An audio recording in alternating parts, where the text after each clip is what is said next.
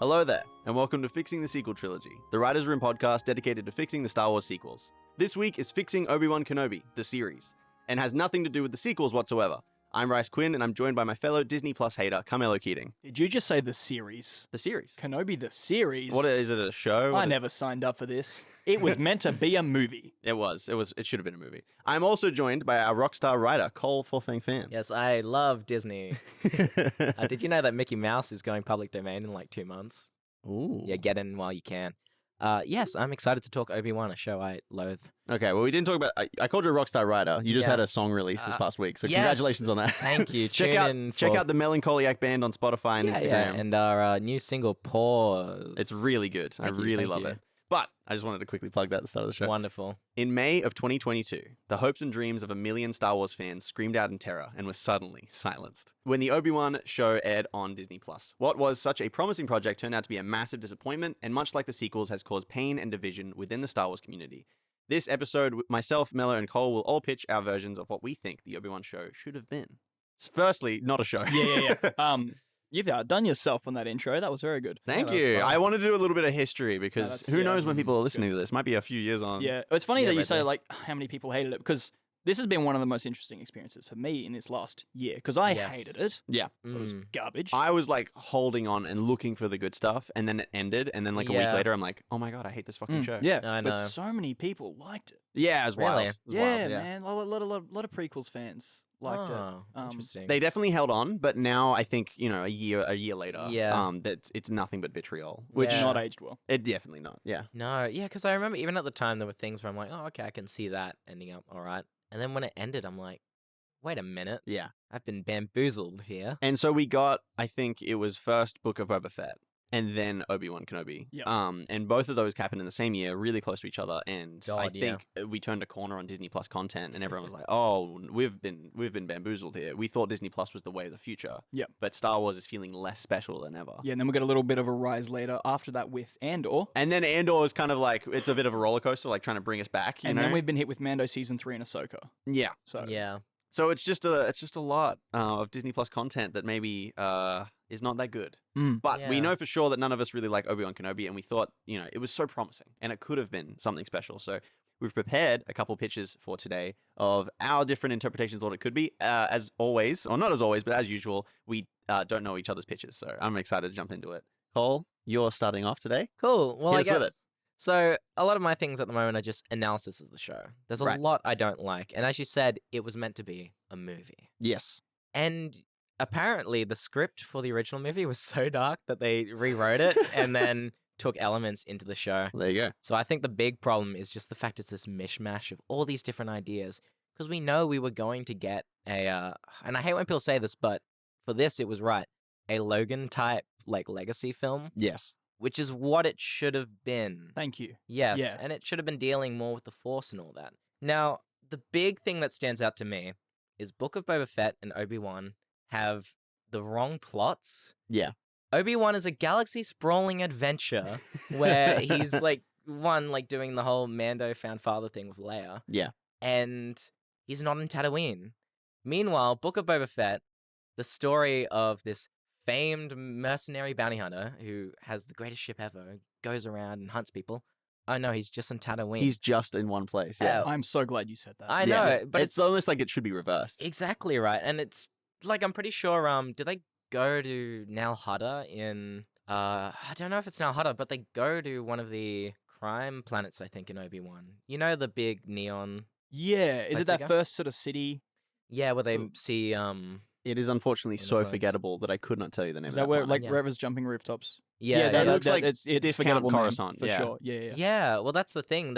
I'm pretty sure that, I'm probably totally wrong, but I'm pretty sure it's like Nal Hutta or something. Right. Okay. It's like one of those big crime planets. Yep. And I'm just thinking, that's where Book of Boba Fett should have been. And the other things to me is the plot is kind of contrived most of the times. And there's a lot of very convenient moments. The one that stands out to me is episode 3, I think, where, Vader and Obi-Wan duel.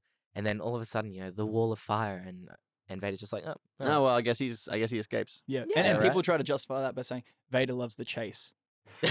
Fuck you. My God, it's ridiculous. Yeah, but I think the biggest thing, right, is a lot of people say the show just shouldn't exist. Yeah. I disagree. Okay. I'm actually not even opposed to Vader and Obi-Wan showing up again, because at the end of Revenge of the Sith, Anakin would know Obi-Wan is alive, and as Darth Vader, would he not hunt down Obi-Wan? And the dialogue in A New Hope doesn't rule out the fact that they ever encountered each other once again. So, to me, I feel there is a story there. At the same time, I don't know how you can tell a story with Vader and Obi-Wan without creating all these, like, holes and stuff like that. And I tried to look for answers for that. And originally, I think they intended the fight between Vader and Obi-Wan in the end to be on a crashing ship. Mm.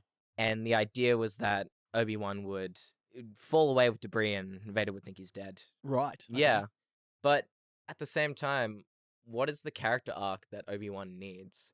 Because originally I was going to criticize the show for saying that Obi-Wan kind of ends up in the same place he does at Revenge of the Sith by not killing Vader. But someone pointed out to me that, well, the whole point of his arc with Vader at the end is when Vader says, I killed Anakin. And it relieves Obi-Wan from this guilt that he killed Anakin. Yeah, he's not like emotionally burdened. Yeah. Still kind of lame. Oh, yeah. And he let a genocidal maniac go free. So what a second time. Yeah, right? So I'm like, yeah, there's that internal conflict that's resolved, but the external conflict kind of never gets resolved. And then, you have all the other subplots like the Inquisitors and stuff. And I was very excited to see the Inquisitors, but the production design for the show overall is kind of cheap.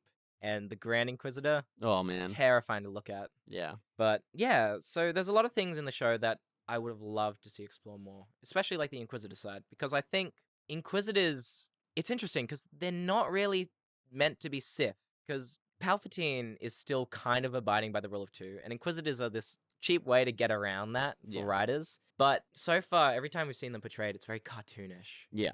And I would like to see the sort of scheming you would have by all these like dark side Sith users, similar to what we see in the ISB from Andor. Yeah, where right? they're plotting against each other exactly. as well. Yeah, because these are dark side users, and we see that in Kenobi as well. We see Yeah, it, we get, but like- it sucks. What, them in the room yelling at each other? Yeah, no, 'Cause it's they're so just so awful. angry. Yeah. I know, yeah. Yeah. That's the thing. It's not very mature. No. And No. to me, that's kind of the big problem with Kenobi. It's not a very mature show. It's Yeah. very simple, very and too And much you can comedy. have family adventure. You can have Star Wars adventure Oh, yeah. without it feeling like a kid's cartoon. Yes, for sure. Yeah. So I think the big changes that need to be one, as much as I would like Vader, and I think there is a story to tell there, I can't think of one. I think the stakes need to be a lot smaller. Okay. Cool. This needs to be an intimate story about Obi-Wan realizing, by all intents and purposes, he kind of is the only Jedi remaining. Yoda's like retired to Dagobah and he's in hiding. And Obi-Wan's tasked to protect Luke. And on Tatooine, he has to keep a low profile. So he has to deal with, all this crime, all these horrendous things that he feels he can't really intervene with. But I don't think Obi-Wan at this stage has changed to accept his life as a hermit. Yep. I think he needs to come around and have his last sort of hurrah as a Jedi trying to protect people, because he feels he's the only person who can live on with these values. And I also don't think that he would fully accept that Luke is the chosen one yet. And He's protecting Luke out of like love, but not because he believes Exactly. that Luke is going to restore balance to the It's Force. funny because it's kind of a similar obligation to, yes, I will train Anakin. Not because I Yeah. want to, but because I have to. Qui-Gon told me to. Yeah. Yeah, exactly. And that's a great thing to point out. Yeah, if you look at it as a sort of Obi-Wan's arc across Star Wars, then Yep. this could be the moment where he finally becomes a real mentor who believes. Commits. Exactly. Yeah. And I think by the end of the series, you need Obi-Wan in a spot where he's willing to put down his saber, willing to put down the robes, be a hermit, and trust in the Force with Luke as the New Hope. Really, the focus, it should be a character study of Obi-Wan, dealing with these small stake issues like the crime, and I do think there is a story with becoming a Force ghost and finding Qui-Gon again. And I did like that in the show, even though It's horribly done. Yeah, It's right. like there because it has Exactly, to be. and it's barely even there, right? Yeah.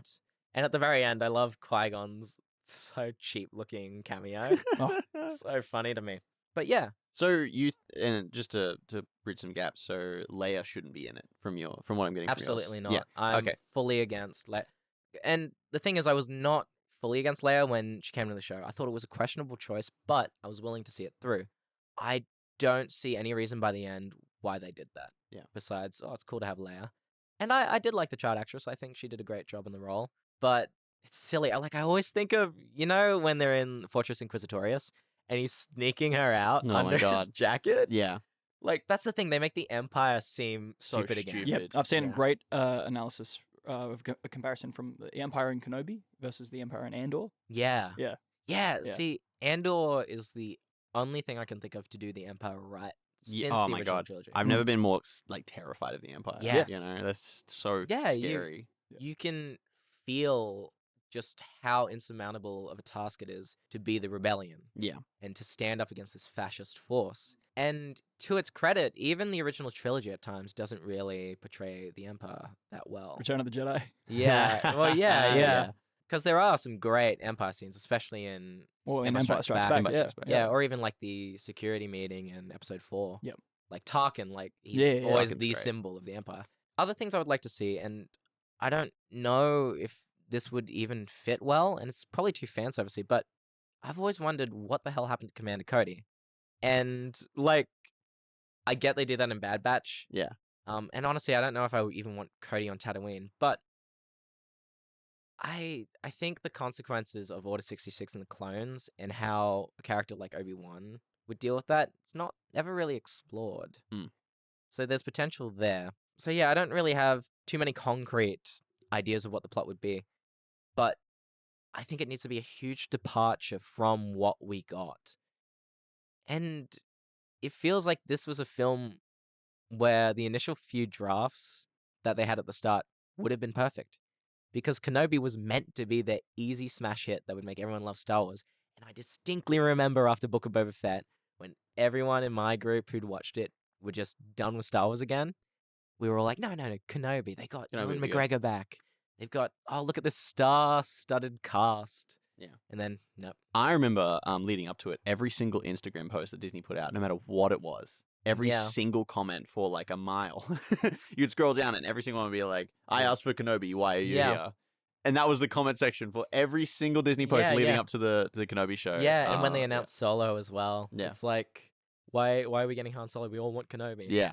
And Just to have that level of hype and that level of fan buy-in to the product and then to deliver this instead is just it's like, tragic. What are you doing?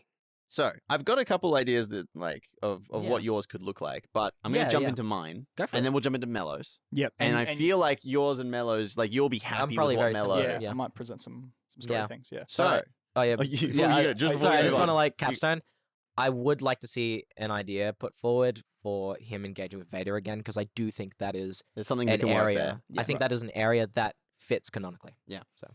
So for my pitch, Leia's in it, and it's a galaxy adventure. Oh, God. Okay, I'm out. No, I'm kidding here. No, I think the idea of doing a Logan style crime-ridden adventure with Kenobi focused Yeah. on Tatooine and protecting Luke, I think there's a great story there. Yeah, but it's also an easy option. I always personally really like the inclusion of Leia. I thought it was really great. I thought young Leia was awesome, and we haven't really got to see enough of her story. We've got 3 movies dedicated to Luke as the main character, but I feel like, having some time to adventure around with Leia as a kid, I thought it was a really great, really inspired idea. Just not really well executed. The actress was great, though. She was fantastic. So, my pitch. We begin with Kenobi, all alone on the planet of Tatooine, eking out a meager existence, cut off from the Force. Bail Organa seeks him out and begs for his help in rescuing his daughter Leia, who has been kidnapped by a crime lord. Exact same opening premise as the show, because I thought that was a great premise. I hope the crime lord is also played by Flea from Red Hot Chili Peppers. Oh, who we'll did see if cameo. you love or hate this. Are we going to see the kidnapping scene, or is that already Oh happened? no, that's fucking. Oh my god.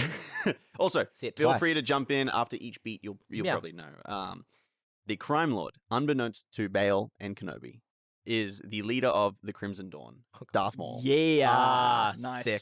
Darth Maul plans to use Leia as bait to lure Obi-Wan Kenobi out of hiding and finally get his revenge. He did what Vader and Palpatine never could. He deduced the truth of Padme Amidala and Anakin's love affair and the identity of their child. So that's how he knows. He figured it out. He's like, they had a kid, but he only thinks of one kid, not twins. Interesting. Right. Yeah. So when he puts it together and he goes, okay, well, what? Okay, let's find someone who is adopted or something like that. And in the Kenobi show, it presents the idea that, everyone knows Leia was adopted, Yeah. which seems like a pretty fucking stupid It's thing. Very dumb. That being I said, know, it's yeah. hard to fake a pregnancy, so I guess there's some believability Yeah. to it. I don't know. It's silly though, because there's so many moments where, damn, Bale is kind of careless. Yes. How is Leia not like And Leia's outed. at the forefront of this huge family that's very politically active. Yeah. So it's, it's a risky place to be. And I feel like there's some believability that maybe Palpatine and Vader overlooked this, but Maul could have found it. Yeah. I feel like Well, that's somewhat believable. There's a reason I now. agree. And I've got some questions about the Maul thing. Maybe don't need answers, Yeah. but just curious things. Go for it. So at Padme's funeral, she is presented to look like she's still pregnant. Ah, That interesting. She died that with she child died and the with children child. died, Gotcha. or the Yeah. child died with her. So that's the public. That's the public perception. Yeah. So just in terms of like how Maul, If- how Maul would figure out that those two were together. If in the Maul first place. figures out who Vader is. Yeah. And I feel Yeah. like that's very plausible. Yeah, Yeah. he's obsessed enough. And then he follows the train. He's like, okay, I know who Vader is. It's Anakin. And Yeah. then like, oh wait, there was like rumors that Anakin was with the senator or something like that. And he figures Yeah. that out. And then he's, hears that the funeral she was made to look pregnant. And he's like, I don't trust that for a second Right. because Palpatine's behind all of this. Yep. I see it as somewhat plausible that Maul would be the one to figure this all out. Yeah. See, that's the thing. I feel like Maul really was destined to be the right antagonist for the Kenobi film. Rebels got in the way. And, Rebels kind of Yeah. ended that story. And to be fair, Maul is easily the best part of Rebels. Exactly. Oh, yeah. Yeah, and maybe if you want to argue for Thrawn, perhaps. But perhaps, I but don't even, care even personally. then, yeah. they don't give him a real ending, and then Yeah, where it's and picked he's- up Oh, in true, Ahsoka's true. trash. Yeah, and he's Yeah. not So- as good in Rebels anyway. No. He's still the best part, but Yeah. Maul, for all intents and purposes, Yeah. that's Filoni made Maul. Like, he No, that's made true. Maul the more we know. It's his character. Yeah. Really, yeah. And the way his fight with Kenobi ends, I think that's perfect. Fantastic. Yeah. And a lot of people say, oh, why don't they just put that scene in like Kenobi? But I'm like, you can't take it out of the context and just have that scene for no reason. No, exactly. right? Yeah. So I think if you let's assume we're decanonizing Rebels. Yes, Maul is the way to go. I Yeah. agree. So yeah, I feel like, just to go back to the pregnancy thing as well, Palpatine orchestrates this Yep. because he doesn't want Vader to know. Yeah. He doesn't want Vader to know he's got a yeah. kid, which is a smart plan by him. No one else knows about Vader. It's intentionally a secret, except Maul, who was there the whole time, and Palpatine has been trying to kill Maul for so long now, and he's yeah. like a cockroach. He just can't stamp him down. He you know? literally is. Yeah. So I think there's some great places that works. I'm sure there's people who know a lot more about the canon than me sitting there going, you don't know this one thing, you idiot. And I would love to hear about that. Message in the comments. But moving on to the next beat. Obi-Wan sets out investigating the crime lord who took Leia, so investigating the Crimson Dawn. During this investigation, he accidentally reveals himself to the Inquisitors, and they start hunting him down and that kind of thing. But he is saved by Ahsoka Tano, who is helping to build a fledgling resistance movement, or a rebellion movement, sorry. The two have a bittersweet reunion, so we get Ahsoka in the show as well. Okay. So Ahsoka, as established in Clone Wars and in Tales of the Jedi, is still alive in this period. Yeah. We have kind of decanonized the Rebels for ourselves, but Ahsoka in the Tales of the Jedi is just living out an existence and avoiding conflict and stuff. Conflict finds her. Yeah. And at that point in Tales of the Jedi, it seems as though she's like, all right, I got to take an active part in this galactic conflict. Like, I can't be just hiding out from this. I don't think she's a Jedi, but I do think she's come back to help. Yep. So to clarify, you're pitching a show. This feels like a show to me. Yeah. Okay, cool. Yeah. I buy that. Hey, Bryce, congratulations. You've just done fan service well in a way that makes sense. Yes. Because if those two I think it's sweet for them to reunite and Yeah. get to share, like, oh my God, you're still alive. I get to see you, but we are sharing this huge amount of Yeah, grief. and if, look, say for instance, like you're pitching, those two characters are out there doing things, especially working through Bail Organa. Yeah, they're gonna run into each other. Yeah, they're exactly. gonna meet up Exactly. again. Yeah. Yeah. So they are now reunited. Together, they journey to Dathomir, which is Maul's base, and rescue the princess and escape after confronting Maul. So they have a fight and they win and they escape. They don't kill Maul. But Some action shit happens. But do they hide her under his coat? No, they don't. But Put that in. the conflict between them and Maul has drawn the attention of Darth Vader, who is then able to find the rebel base. He attacks the rebel base. Ahsoka sacrifices herself to save the rebels and protect the identity of Obi-Wan Kenobi, thus ensuring the safety of Leia and Luke. So, Cool. Ahsoka dies at the hands of Hands Darth of Vader. Vader. Wow, we get that answer. Yes. So Yeah. she You're tying up all these loose ends. almost exactly like in the Rebels show, she, cuts through the mask a bit. They see each other, and in the final Yeah, moments, she Charlie the sees that Apprentice. there's a little bit of Anakin in there before Darth Vader kills her. Yeah. Right. And that's her ending. But no world between worlds. No. Yes. See, I'm a big believer that Ahsoka needs to She die. does, and before- she needs to before die, and it episode needs to be 4. good. Yes. For the love of God, it needs to Yeah. be good. She deserves a really good ending, and I feel like that saving Obi-Wan and the rebels, like the fledgling rebel movement, one of the rebel sects. There's many as established in Andor, which we Yeah. love. It's one of these groups who would eventually become some of the people we see in Rogue One. But yeah, Nice. All that politics is so interesting. Of just like, oh yeah, we all want to fight the Empire. Quit fucking squabbling and work. It took you 20 years to do. Jesus. it's so realistic though. Then Obi-Wan, after seeing Ahsoka sacrifice herself, returns Leia to Alderaan and then heads back to Tatooine. His connection to the Force is restored, but he can sense that Maul is hunting him, and he knows he must have been tracked. The two have an epic showdown, with Obi-Wan ultimately defeating Maul, who dies in Kenobi's arms. There you go. Exactly like the Rebels nice. show. Yeah. So it is so beautiful. Like we've seen, like we've said, we've decanonized Rebels. None of that happened. And a lot of this is taking inspiration from things that do happen in that show. The ending for Maul and Kenobi is perfect. I wouldn't want to change a thing. No. Nah. The fact that Maul tries to get him with the exact same... Because I remember at the time, because I watched Rebels? I watched Rebels as it was coming out. And so I remember... Seeing that episode, the reaction, I loved it. But the reaction at the time, everyone was like, where's this big fight? And it took a little bit of time for that to age like the It took a really great interview with Sam Witwer. Yeah, seriously. That interview is fantastic. No, but it's glorious because it's the mind games of the stances. Yeah, it's genius. And then, he goes to the same thing. Boom, doesn't work. And then Maul's whole realization as well, like that gets cut through, immediate epiphany of, this wasn't it, this wasn't the purpose, and there's something more at play here. Yeah, exactly. And I think that's a really great scene. And I think what I've missed here, and because I didn't get a chance to update it, I pitched this to Sandra. And Sandra's like, that's really great. The one thing you're missing is a bit of a development of Kenobi's character. He needs to start the show hovering over Luke. And this is what they did in the Obi-Wan Kenobi show. And it's actually a good idea, poorly presented. He's hovering over Luke. He's directly there. But by the end of the show, he's like, no, the Force will guide me. The Force will guide Luke. Everything will happen as it's supposed to happen. And then he takes more of the hermit approach and waits and sits and waits. And he is connected to the Force again. And he's not so torn up and full of grief now. Like, he has a chance to resolve some of these things, to see Ahsoka again and all that kind of stuff. And you get more of that story. It is, unfortunately, still a galactic adventure. I love the idea of staying on Tatooine, but this is the pitch that I came up with, and that's what we've got. No, that's fair. Well, it's just... Kenobi is in such an interesting spot in the universe, especially with everything that's been fleshed out post-original trilogy. Yeah. Because you have those loose ends of Maul and Ahsoka. Vader. Yeah, exactly. And at the same time, like, it's hard to do a galactic sprawling adventure with him because his whole thing at this point is he has to stay on Tatooine to protect Luke. Yeah. Which was one of the things I don't think they did very well in the Kenobi show, especially because it ends up with Reva coming there anyway. And like all these Imperials on Tatooine constantly. So that's why I actually like the inclusion of Leia, because I firmly believe the only thing that could get him off that planet is Leia. Because it's the other kid, it's the other child of prophecy. And even then, he's still really resistant to it in the show. I think there's nothing else for me that would really convince me that he would leave for that. Yeah, 100%. Because he's not helping the rebels. No. Screw that. Yeah. Maybe like just like one thing of just like, I can't leave Luke. I got to protect Luke. Yeah. That's okay. We'll leave like a droid with a gun to defend them. I don't know. Dumb shit. I could see maybe if it had something to do with Qui-Gon calling him, Yeah. But there has to be a very good reason for him to leave. And some sort of safety measure in place too. That's the other key thing. Because at a moment's notice, he would zip back. Yeah. Well, Aunt Beru and Owen are canonically badass. Apparently. Oh my god, I hated that too. It's trash. They're fucking farmers.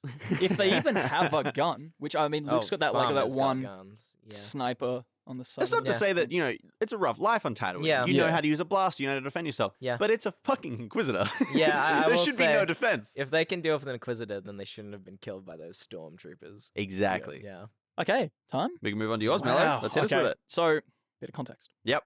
This was a really big thing for me personally, and I think I think I initially pitched this episode to you because I was like, we've been talking about this for ages. Yeah, and I've been developing an idea. Look, it's not it's not fully fucking fleshed out, but but no, I loved the Obi-Wan book as a kid. They were like the one just based on his life between episodes 3 and 4. Right.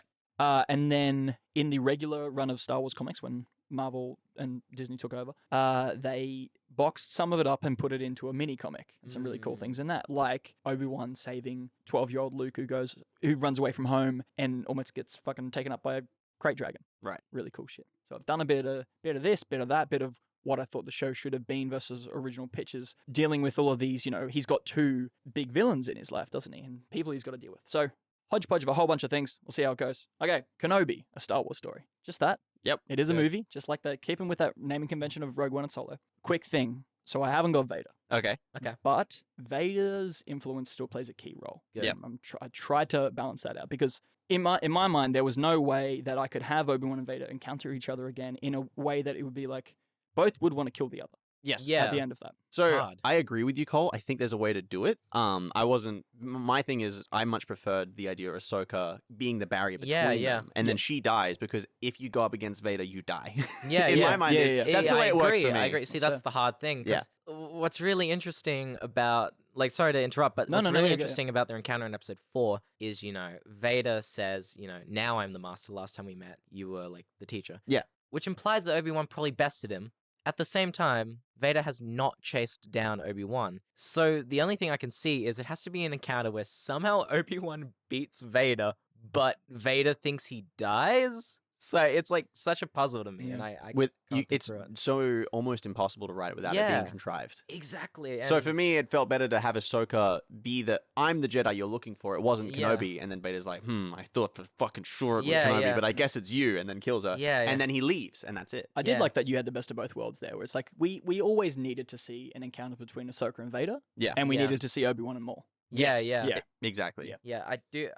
Just to end off, Yeah. I do think the big thing, like a Kenobi show or movie has to answer, though, is why does Vader not chase Obi-Wan? Exactly. Yeah. Sorry, Mello. Okay, continue no, back. that's fine. Okay, so this story would be the story of a disheveled and lonely man learning to survive in the dangerous wasteland of Tatooine whilst protecting the young boy, Luke Skywalker. Ben Kenobi. I'm mostly going to refer to him as Ben because as such, that's what he should be known if he's just on Tatooine. He's fucking in hiding. He didn't change his last name, though, because... No. Cousins. I don't know why. Yeah. Headcanon. Kenobi is like Smith. It's like Space Smith. Yeah, it's a billion Kenobis you can hide in plain sight. Yeah. You got a scene where someone's like, Mr. Kenobi, and like 10 people raise their hands. Yeah. Ben simply wants to live a life of solitude, to protect Luke Skywalker, and one day be ready to train him. This film is going to show us exactly how he is prepared to do that. Ben needs to learn to forgive himself for his past mistakes. He needs to make peace with his past, especially with Vader, which still haunts him, so that he can focus on the future, Luke. He must sever the connection to Vader in order to be fully ready to train Luke. But also, he has to be ready to face him one day again, should that day ever come. This because Obi-Wan leaves Luke a book in which he, writes down a bunch of shit about his adventures, which is how the journals, right? the journals. They tell that in that book I read.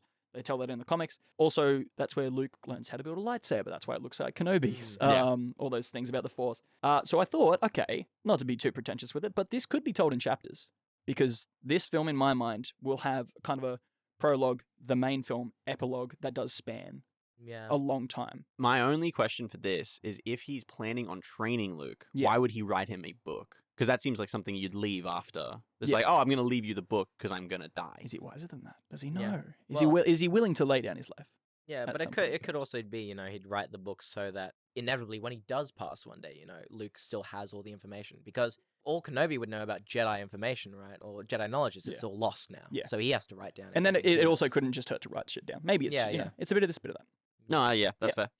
So I thought, it could be interesting to tell it from the perspective of like The Hobbit, Okay, but the bulk of this will focus around, I think, like 10 to 12 years after episode 3. Stylistically, it's gonna be Logan in space. Okay. Just fucking beautiful desert landscapes, all that sort of thing. Tonally very gritty, like an M rating, slower, deeper, sort of methodical film. It would be long. I don't care. You could subdivide it into a show if you want, but that's stupid. No, it's a long movie. Yeah.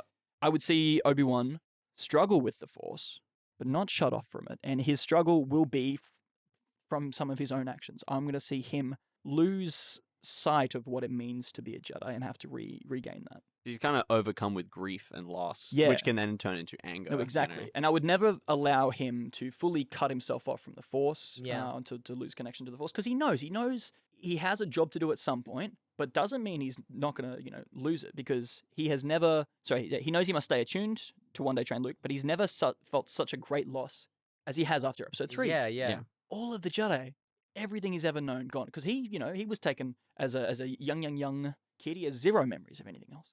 He will lose himself, lose the Jedi way, and go too far before having to regain that strength. So, I would open with sort of like Karate Kid-like montage.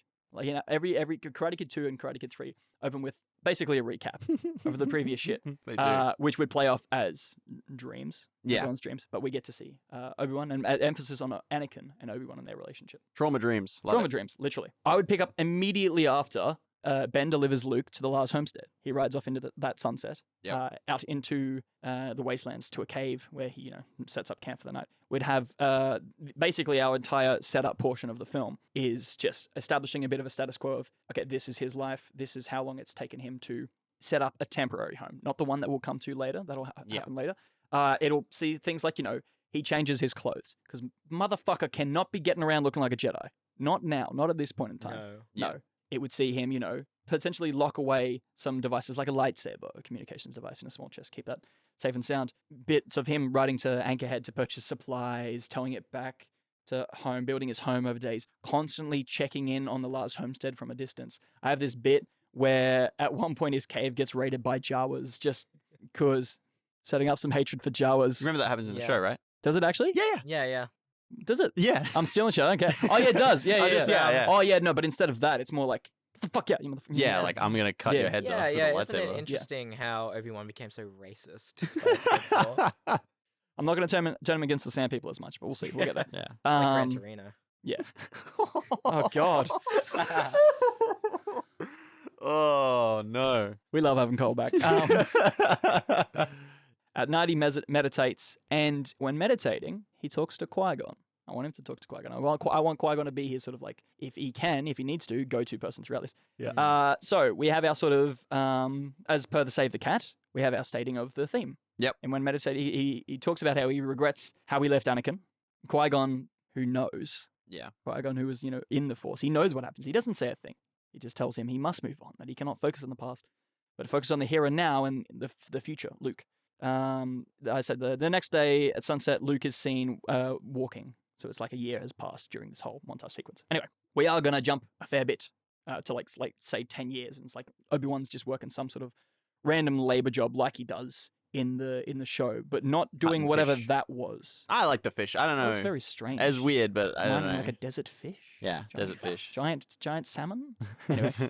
Okay, so Ben checks in on the Larses. As he goes to head home, he is ambushed by Tuskens. They beat him. He goes down. They go for the Lars homestead, and he has to help go fight them off.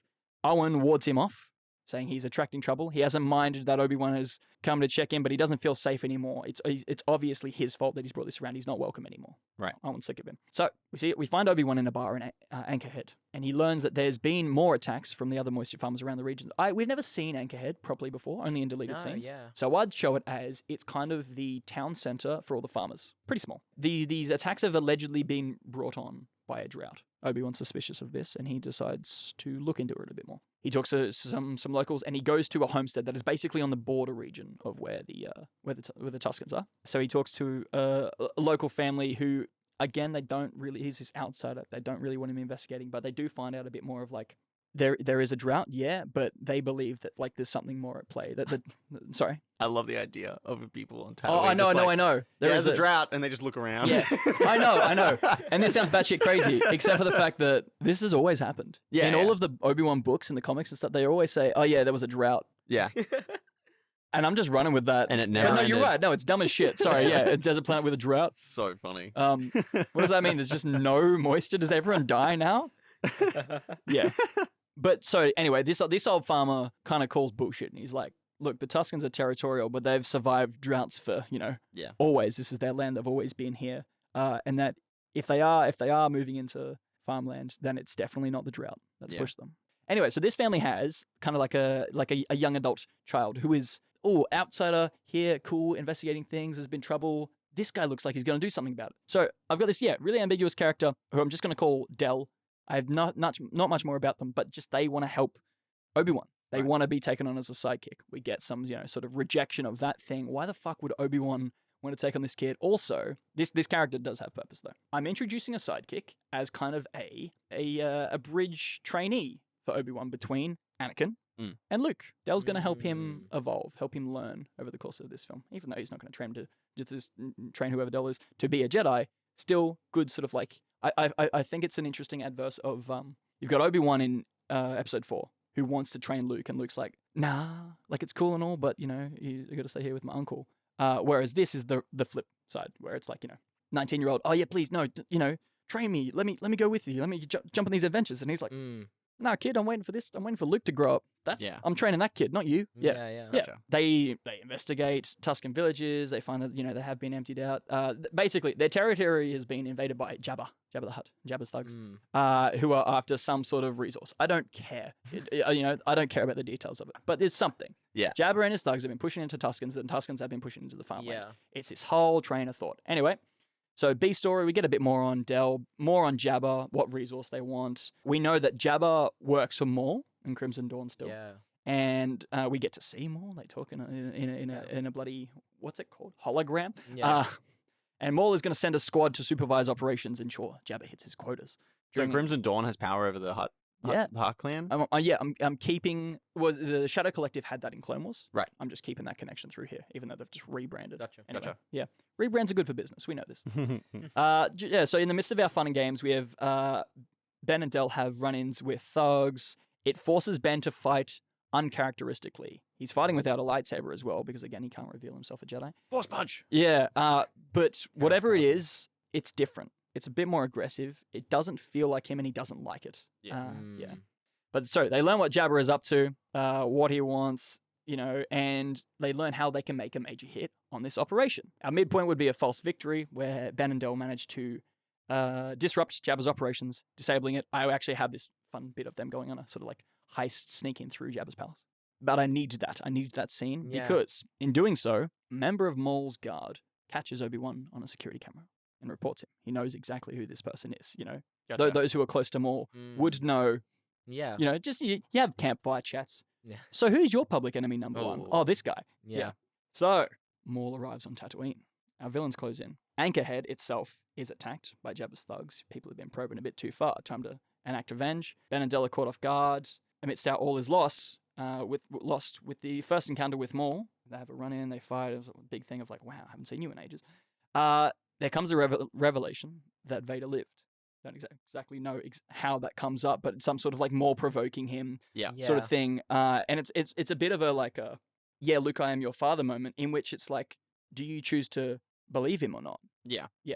So they do manage to get away, but this is Obi-Wan now at his lowest moment. They've just suffered this defeat from Maul and his thugs, and Obi-Wan talks to Qui-Gon in the Force again, and just goes into a rage and goes off at him and tells you knew, why didn't you tell me, yada yada yada. And I see this conversation ending simply by Obi-Wan is just so filled with grief and rage and fear that he just can't talk anymore. That Qui-Gon is not only unresponsive, that he can't feel him, he can't hear him anymore. It's gone. It's like connection's been severed. Just quickly. Yeah. How do we get from fighting Darth Maul to the low point there? Like, does Kenobi just leave? Like, what is the result of that fight? I was still working on that bit, because I'm like, okay, is this the moment in which Del dies? Because Del's gonna die. Yeah. That seems inevitable. Nice. So I'm thinking it's there, or I'm thinking it's just like they like the thugs burn the village. It's this, these people who he's kind of been defending as a way of defending all of the farmers, defending, this wider journey of defending Luke. Has he failed them? Something along those lines. Gotcha. If you got any ideas, by all means. Yeah, no, I was just struggling to think of like, how do we get from the scene where he's like facing off against Maul to like the next bit where he's like seemingly by the campfire talking to Qui-Gon kind of thing. Oh, he's back in his, lodgings. His cave or whatever. But essentially. But yes, anyway, it's this low point, and oh no, this is where my notes got foggy. Not again.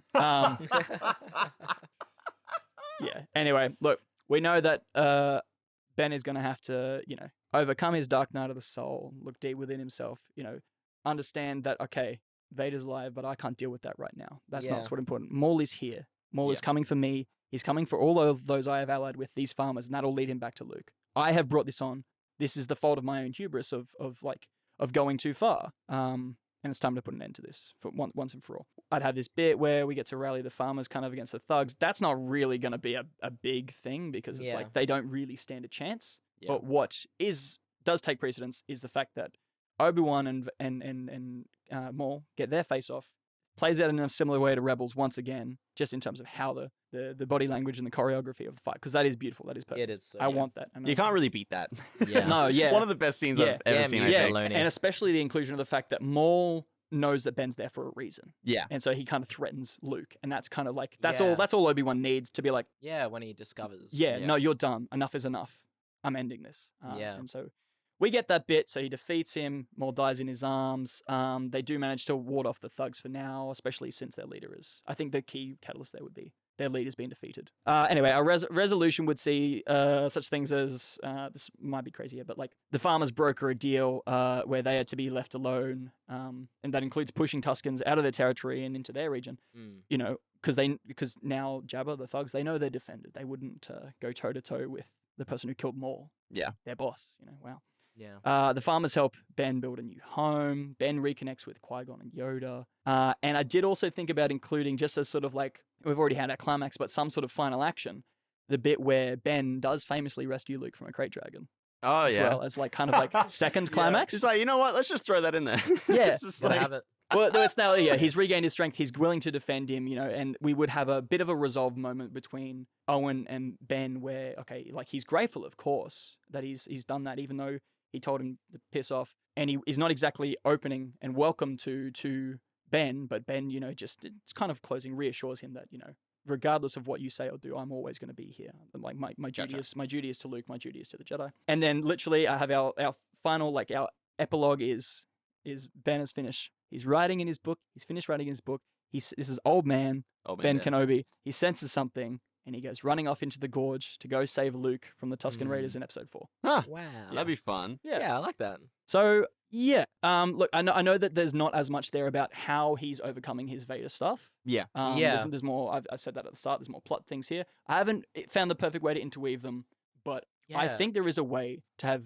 the getting over Vader bit be his controlling like character motivation, into also whilst defending Luke, whilst also not having Vader. That's the Yeah. I think that is the the tricky thing. Yeah. I think I mean one way to do that could be in exploring the whole journey to become a Force ghost and learning that knowledge, and whether or not he has to maybe fight Vader in the Force or something like that. I don't know, something nerdy. If to fight the Vader with the saber, you must fight the Vader in the mind. Yes, exactly. Yeah. Yeah, we'll have a mind palace sequence and everything. No, Okay. I think what's really interesting, like on that note about Obi-Wan as a character is, and I don't know if Disney canon has changed this, but I always grew up reading about how he was not very talented or attuned with the Force at all. And he really struggled as a Padawan to become a Jedi. So the way he became so great is through studying and through knowledge of defensive forms of saber combat and all that. And to me, it's so powerful that the end of his arc is not only becoming kind of like the last Jedi of his era, but also becoming one of the few Jedi to ever learn the power of becoming a Force ghost. So there's a part of his character arc that can probably be explored with his connection to the Force and maybe, honestly, his kind of limited connection and becoming a Force ghost, getting over Vader and his connection with Qui-Gon. Yep. I liked it. Thoughts? That was fun. Cheers, man. I'm not convinced on the Del part of it. Yep. Just like the idea of having like a trainee apprentice who then like Obi-Wan seemingly gets killed by Maul at some point in there. I feel like that would just lead him even further down this path of towards the dark side, and wanting to turn away from the Force and everything, and feeling overwhelmed with grief and loss and all that kind of thing. So leading into like a different kind of low point, I think, for his character. And what he'd be doing. I do have a counter pitch for you. Yeah, mate. So I was listening to that, and you gave me the idea because I was listening to Cole and what you said at the start, and I was like, oh, that's interesting. How to make Logan, old man Ben, work for like this desert, like Tatooine crime thing. Very similar in the sense of something is happening to Luke and, you know, Owen and Beru's farm to endanger Luke. Yeah. And that's the inciting incident. And that is what really jettisons the story forward. For sure. And forces Kenobi into action. And he comes into it that old man kind of way where he comes into it disconnected from the Force, maybe not fully. I don't hate the idea that he can use the Force, but it's difficult and it's different. He has been fundamentally changed by Order 66. And since that, how could he possibly like meditate when meditation is a place of peace? How could he possibly find how can peace? he find peace? And I think, you know, the journey of him learning to find peace is a really really interesting thing. So bear with me on this one. This is fun. He finds out that what has caused this change in the crime landscape and the Tusken Raiders landscape and all that kind of thing is, like you said, it's Maul's operation. Something Maul is doing here has changed it, and they run into each other. Yeah, right. But this whole thing, these two lightsabers have come out and they've fought, has drawn the Inquisitors. And Maul and Kenobi have to work together. Unlikely Clone Wars style allies. Where they have to join forces to take out these Inquisitors and make it look like it was the crime lords who did it. Make it look like they were taken out by blasters. And Obi-Wan has to kind of come close to the dark side and see it for himself and really see what it looks like to not have peace. Yeah. Or just even thinking about that, because like Obi-Wan tapping into a dark side, I think is interesting. Yeah. And even still with my one, like maybe that's how. And have Maul be the He like gets sort away of like from Maul. Ezra is Yeah. like, you know, convincing him to come closer and closer to the dark side and really pushing him on just to say like, no, just like tap into it. Like you've seen the truth of the galaxy now. You've seen how horrible everything is and how there is no good, there is no hope. Join me. Obviously, even in that one though, like they are going to have to go toe to toe. Oh yeah, absolutely. In the end, absolutely. Yeah. And so the whole time, you know, Kenobi's trying to keep it cool, not reveal why he's invested in this and why he is on the planet and why he's trying to affect change and stop all of this from happening. And the Maul the whole time is like interrogating him, trying to find out what his true purpose is, because he's like, oh, I want revenge. And then he's like, wait, why are you here? Like, I thought you were dead. I can get my revenge, but more than that, I want to know what you're doing and I want to make you suffer so much. And the whole time it's this cat and mouse game of like, they have to work together, they're unlikely allies, but the whole time Maul is trying to figure out the truth of what is driving Kenobi, what's his motivation. And then, you know, the only way that Kenobi can find peace and move on is by finally putting Maul to rest and giving Maul peace, and the only peace he could ever find is death. And in that moment, then you see Maul go, oh, he's the chosen one. I'm so glad this is. Even though I'm evil and twisted and insane, I'm glad that I have this resolution. Well, that's the thing that, like, the reason that moment in Rebels was so profound for Maul was because, like, he hated Sidious. Yeah. He hated the Sith. He hated Vader. Exactly, yeah. He wanted them all to die. And hey, look, if there's the promise that in the future there's a kid who will do that, by all means, do your thing, man. Yeah. And I think putting Kenobi and Maul up against the Inquisitors is a great way to show that off as well. Yeah. He's like, I hate you, but I hate these guys way more. I like a lot of that fixed pitch. My big problem is I still hate the Inquisitors. That's fair. No, that's so fair. I also hate the Inquisitors. Well, I have a very rough premise that came to mind. Yeah, sure. So, if we roll with the idea that Obi-Wan's starting to lose his connection to the Force because he hasn't been able to tap into it for a while, let's say that Qui-Gon reaches out to him and he's like, oh, your time for your next stage of training has come. Meet me on the planet of Ilum, right? Where they have all that. Ilum, whatever they call it. Those nerds. Here's the premise. Obi-Wan has to go to Ilum, the old planet where they used to get all their kyber crystals. But now the Empire's started their operations on there. So Obi-Wan has to seek something that Qui-Gon is trying to get to him, but he has to wade through this very strange Imperial operation that has the oversight of the Inquisitors. And for fan service, this is where we get Starkiller, the secret apprentice of the secret apprentice of Vader, and something happens there. Interesting. Oh my god! Yeah. Wait, so okay, Just untapped, just fully untapped. Cole is back. I love you, Cole. Walk me back to what the fuck? Why are they on Ilum? Well, what's interesting is it's a planet so attuned to the Force, right? It's where they get all their kyber from and all that. And with the construction of the Death Star, they used kyber for the rays, right? Yeah. So it makes sense that there is a huge Imperial operation there. Yes. And I want to see more Inquisitors. I want to see them done well. It's a rough idea. It's to bounce off on. Either that or he becomes the daimyo of Mos Espa. Who becomes the daimyo of Mos Espa? Obi-Wan. We're flipping Book of Boba Fett. What the fuck? No, I'm Josh. I'm fucking with you, man. It's very hard to know when. Yeah. Yeah, okay, so... No, but I love your ideas. So they're mining the kyber crystals on Ilum. Yeah. What does Kenobi have to do with any of that? That's what I'm asking. There's... Qui-Gon has called him there. Right. I don't know why yet. Oh, Qui-Gon's oh, you got to put a stop to this. Yeah, and then you get this Avatar-style story of where Kenobi has to infiltrate their operation from the inside. And maybe, blah, blah, blah. yeah. Or that's where they go to become Force ghosts. I don't know. It's just a They're premise. mining all Just the a premise. unobtainium. we got to stop them. Wait, no, what's the one with the whales? Dances with wolves. In the new one? Oh, God, yeah, they have a... brain fluid. Whale branium. That was whale it. Branium. Yeah. Oh, man, yeah. I think we could take inspiration from Avatar and Avatar 2, The Way of Water. What, you think this idea could make $1 billion? I think it Is could. that the inspiration we're taking? Watch the Mello, box did you have office something just there? I thought you were explode. about to jump in with something.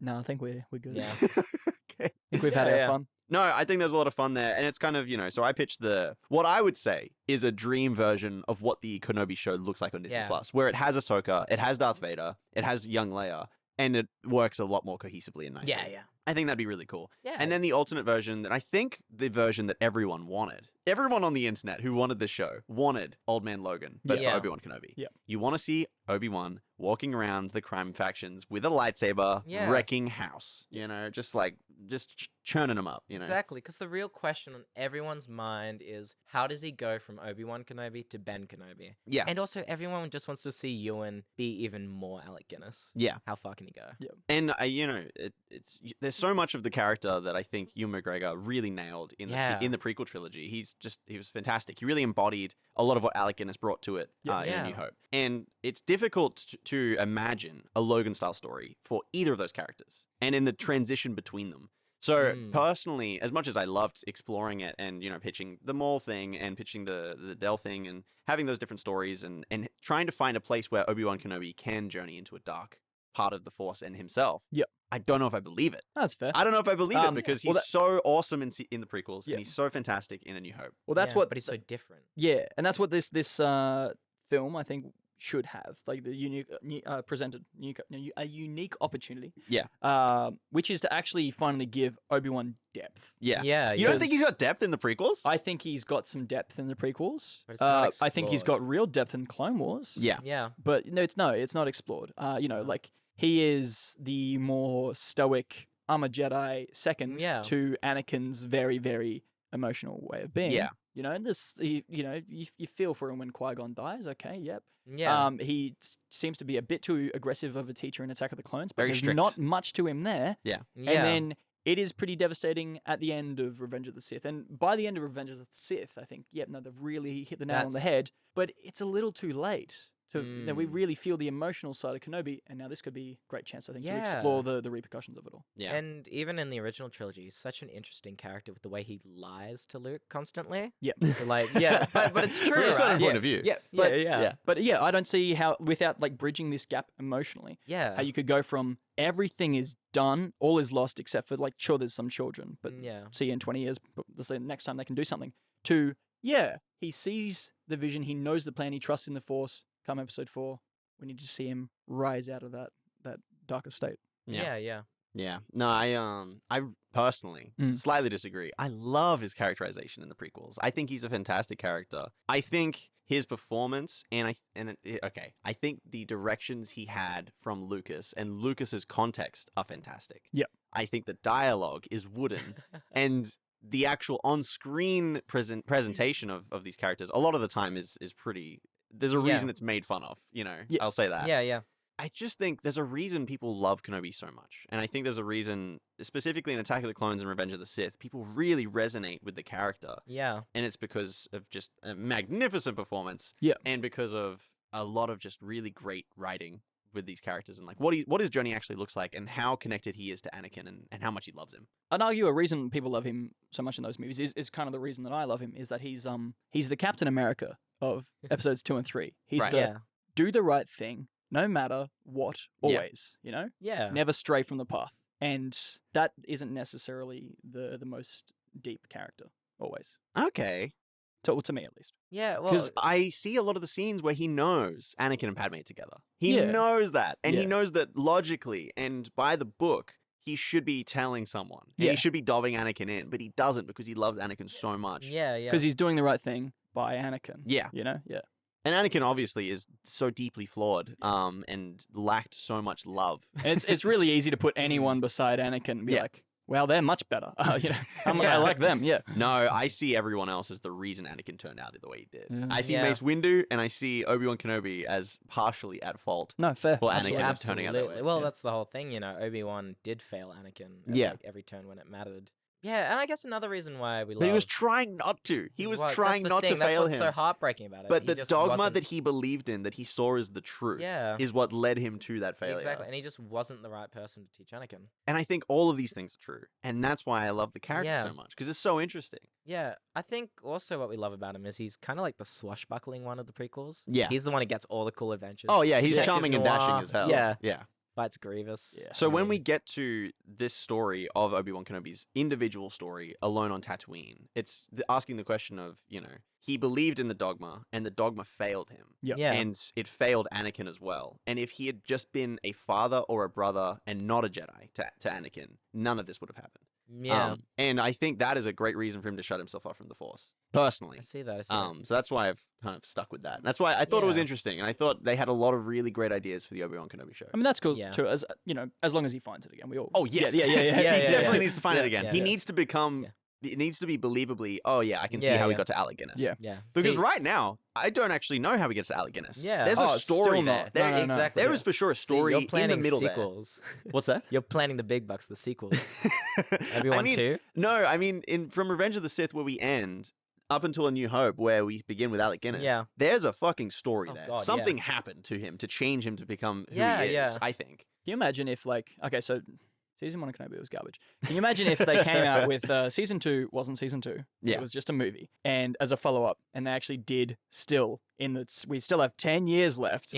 They did give him a real character journey and they Yeah. did do the Yeah. Logan thing. It would be, yeah, I amazing. will tune in for Qui-Gon Canyon Adventure. So That's brilliant. Oh my Yeah. God. That's that's really the good. spin-off they need. That's really good. Please. No matter what, I think it's still crucial that we show that Obi-Wan's still a little bit flawed. Because Yeah. even, obviously fairly fucking flawed by the time we get to the original trilogy. Yeah. Lying to Luke blatantly like that. What does he lie about in A New Hope? Well, the Remind me. big It's one Vader. is Vader. Is Vader, yeah. Yeah. Yeah. Certain point of view shit. Yeah. That's some manipulation right there. Yeah, I mean, yeah. I know it's a personally, product of the writing. It's We a know product it's of the we know- writing. yeah. But hey, no, that's the it- character now. It You gotta. makes him a lot more interesting. It does. It does. I think it makes him a lot more interesting a character. I think a Yeah. good character should have flaws. You know, Exactly. Yeah. something we've been debating about so much back and forth is what is Luke's flaws? Because how can he Yeah. be perfect and also flawed? Yeah. Oh, well, Without he without has- being he Obi-Wan has again. so many Yeah, without flaws, just being yeah. Obi-Wan again.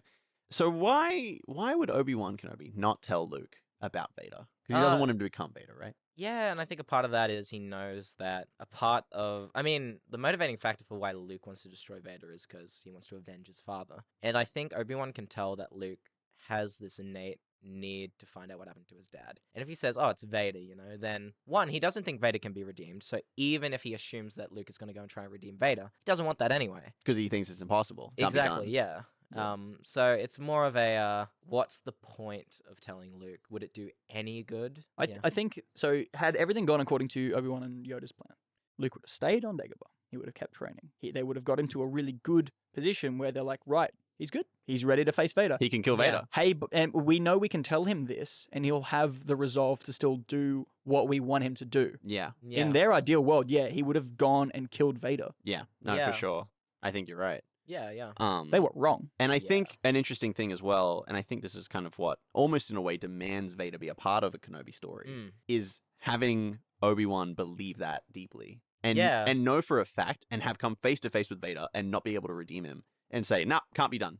There is no yeah. possible world in which Oh yeah, Luke can just redeem Vader. like seeing the monster in the mask, not Yeah. seeing Anakin anymore. Yeah. Yeah. Yeah, Yeah, for sure. wow. Exactly, because I do think he believes that Anakin is dead. Yeah. Like, And I think one of the things that they did right about the Obi-Wan Kenobi show is they have that Yeah. moment. He Yeah. looks him in the eyes and you have the moment where the blue light shines and he's Yeah. like, Anakin, and then the red light comes over and Yeah. it's like, no. Vader killed Anakin. yeah, I like the moment. It is a little cheesy. Oh, yeah. Yeah. Oh, absolutely. But, It's cheesy. I- There's some value to it, though. I know. I think that point though, in his emotional arc is important, and Yeah. something like that needs to happen. Yeah. That's the tricky thing. Yeah. How do you have Obi-Wan Kenobi come face to face with Darth Vader and see the Yeah. monster and believe that's all that's left? Believe there is no Exactly, Anakin, there is no redemption, and then walk away from that. Exactly, yeah. And have you believe it as the audience. It's, Yeah, I yeah. would say This damn is what near I'm saying. impossible. This is what I'm saying. Like you have to be told and make your peace with it. You cannot face him. Yeah. He can't be allowed to face him. Yeah, I did like that in the Obi-Wan show. He's kind of traumatized whenever Vader shows up. Oh, Oh, yeah. yeah, that's Like, great. freaked out. Yeah. That was great. But I think Um, the kicker with it is that when they face each other in episode 5 or 6, can't remember which one it is, and then they part ways because Yeah. Obi-Wan wins the fight.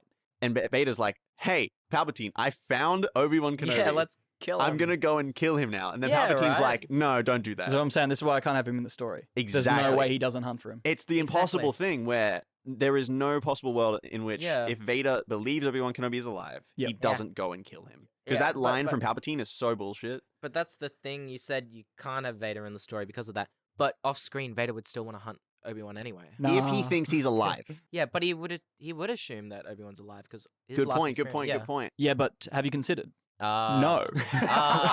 Shit. No. Yeah. I'm happy Yeah. for him to be hunting Yeah.